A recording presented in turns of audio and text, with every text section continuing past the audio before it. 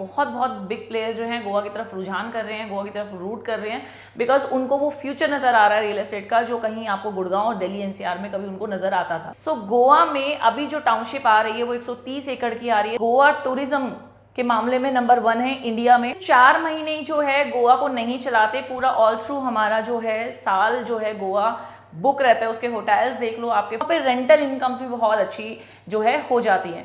Goa is the smallest state जहाँ पे 2 आपके जो है इंटरनेशनल एयरपोर्ट है, एक तो डेबोलिन में और एक मोपा पे। इन्वेस्टर जो हैं वो दिल्ली के ज्यादा वहाँ पे हैं, 90% जो हमारे इन्वेस्टर है वो।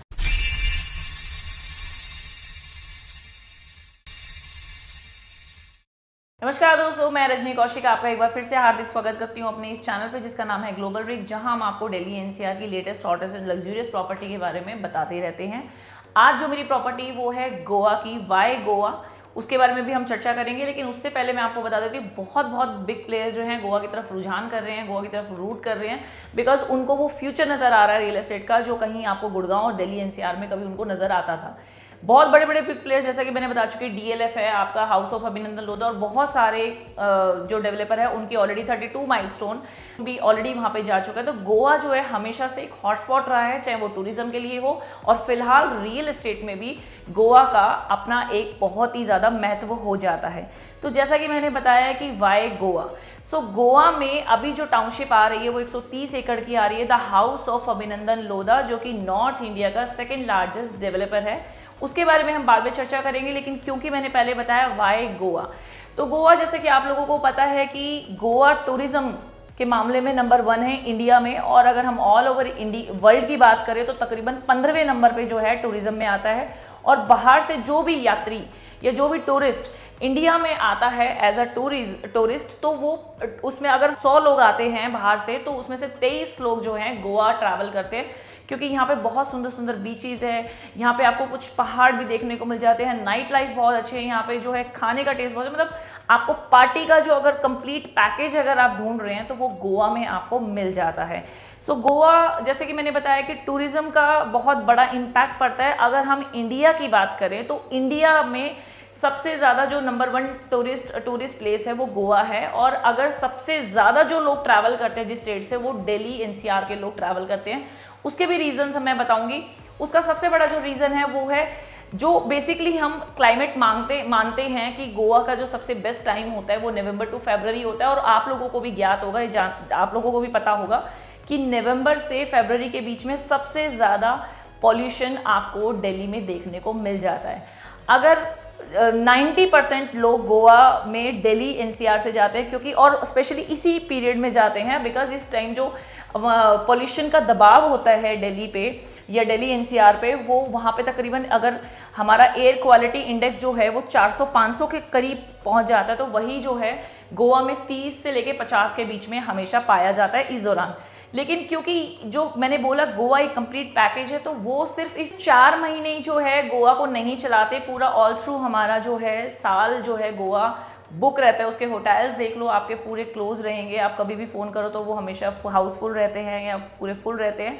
उसका रीज़न ये है कि गर्मियों की 2, ढाई, 3 महीने की छुट्टियों में लोग वहाँ पे जाना प्रेफर करते हैं, तो पूरा 12 साल जो है लोग वहाँ पे जाते हैं। और इसी वजह से वहाँ के जो रेंटल्स हैं, अगर आप एयरबीएनबी पे अगर अभी आप देखोगे, क्योंकि कई लोग होटल्स नहीं लेना पसंद करते, विलाज और अपने पर्सनल हाउस लेते हैं, तो वो भी ऑलमोस्ट फुल रहते हैं, तो वहाँ पे रेंटल इनकम्स भी बहुत अच्छी जो है हो जाती हैं।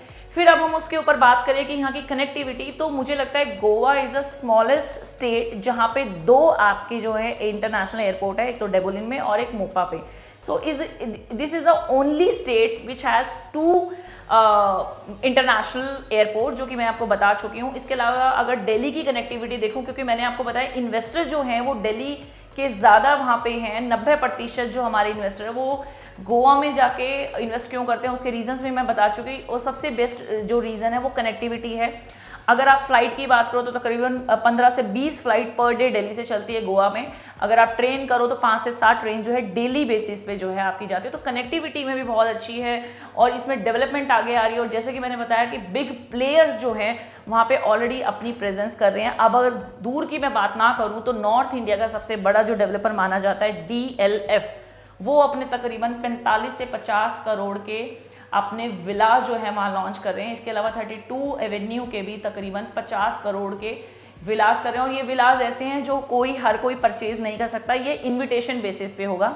तो डेफिनेटली ये कोई बड़ी सेलिब्रिटीज़ या कोई बड़ी हस्ती जो है इसको लेने में समर्थ होगी, जिनको ये डेवलपर जो है इनवाइट करेंगे।